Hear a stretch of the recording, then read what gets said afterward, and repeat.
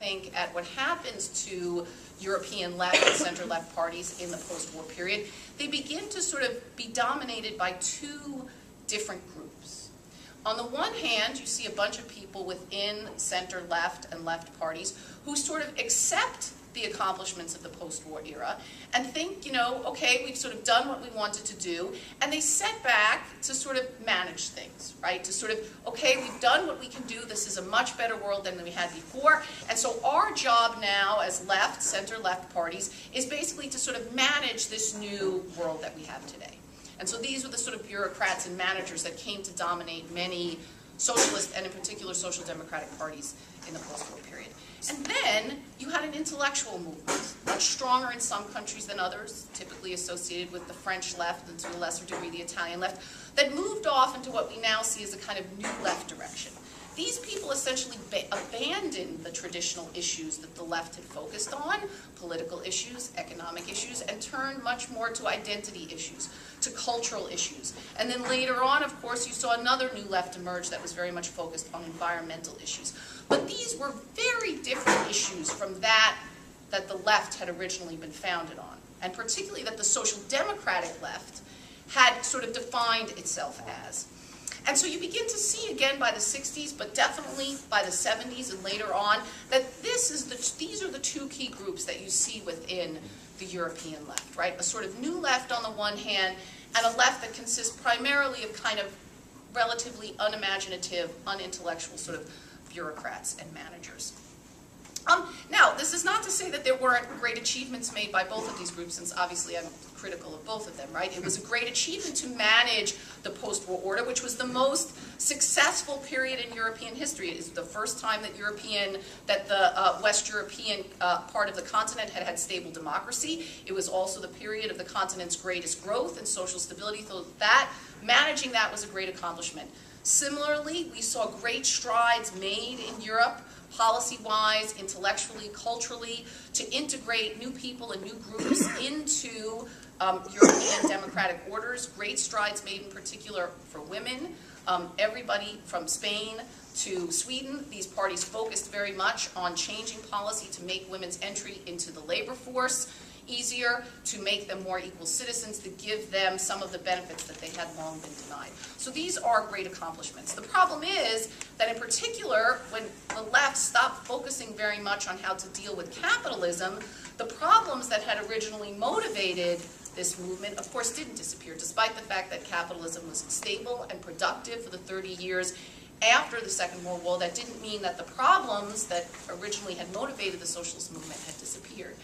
And so what you began to see, I think, is that at the same time that the left had sort of abandoned distinctive thinking about economic issues in particular, you of course saw in the 70s a new set of thoughts, a new set of ideas, a new sort of much more coherent ideology emerging on the right to deal with what they perceived as the problems inherent in that post-war order, right? So in the 70s, this is a time of great, as we can see now, intellectual ferment on the right. This is the time when many of these sort of neoliberal ideas that would come to dominate in the last decades of the 20th century really start to percolate through think tanks and intellectuals. And so when Europe, but also the United States, begins to run into economic problems in the 70s and 80s, it's not the left that has sort of distinctive answers to these problems, but in fact the right. And it is the neoliberal ideas propounded by this new right-wing intellectual movement that very much take over thinking across Europe and the United States in the last decades of the 20th century. It's not surprising, therefore, that despite the fact that we now see that these ideas were largely bankrupt and wrong and the cause of many of the problems we face today, because the left had never bothered after this period to come up with its own set of ideas of how to deal with the changed world of capitalism, that even after these ideas propounded by the right, starting in particular in the 70s, had sort of seemed to run out of steam, the left had nothing distinctive to offer. And this is still true in Europe today. And this is very upsetting, especially given a context within which there's clearly a large amount of public frustration, a large amount of disappointment with neoliberal ideas, and a yearning for some kind of sense of the way in which Europe can deal with the problems of contemporary capitalism without giving up many of the accomplishments of the post-war era.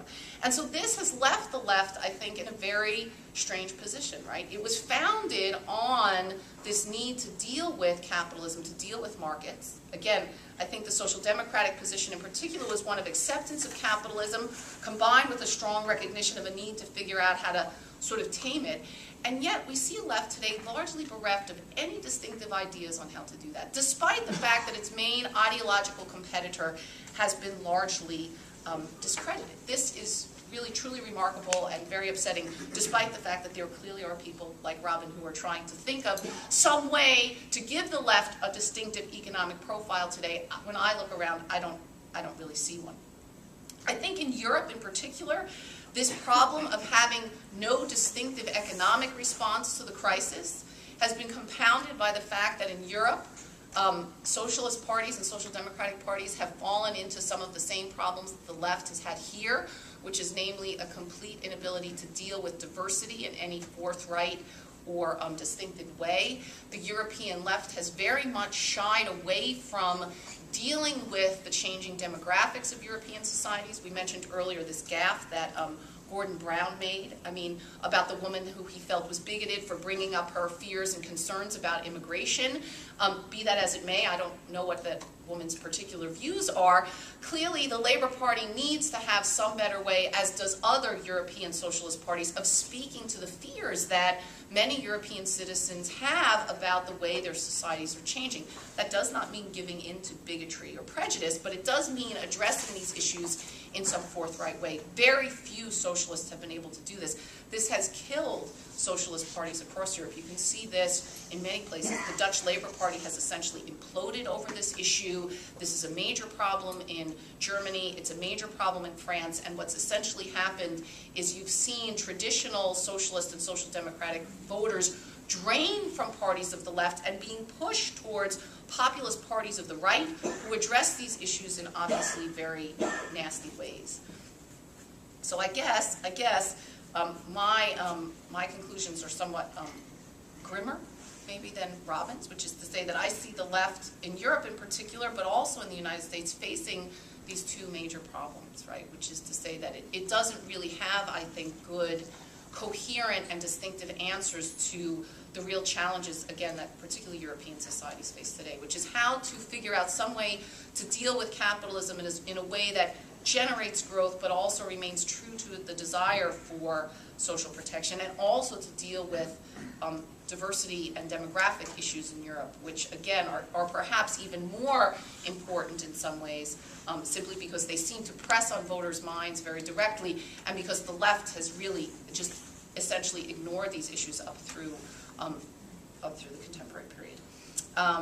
So I'll stop there.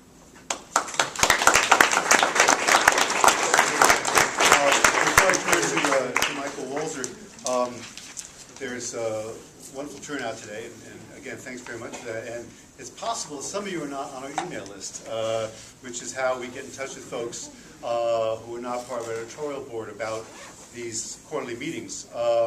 So if you'd like to get an email about what's coming up, not just for these meetings, but in general about dissent, please write your name and email on this list.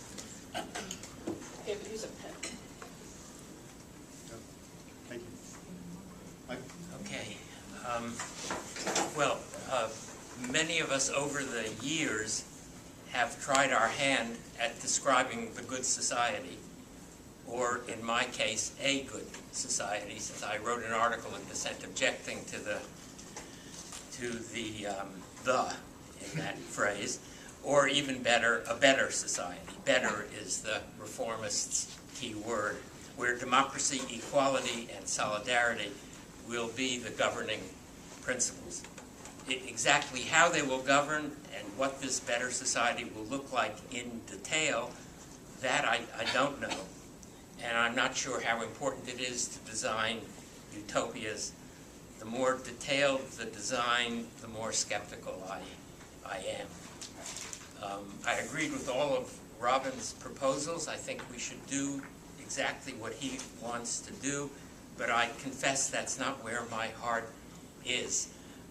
For me, the crucial left question isn't what ought to be done, but who is going to do what ought to be done.